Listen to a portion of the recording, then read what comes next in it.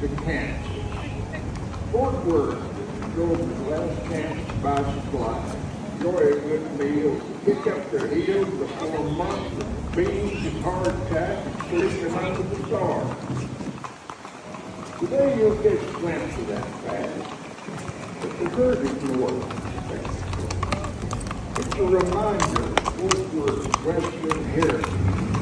The cowboy grit and rugged independence so ingrained in the Texas spirit.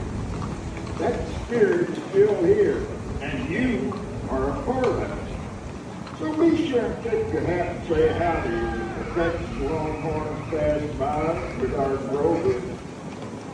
In the Stockyards, good days can be finished. Start right here with the Fort Worth Bird.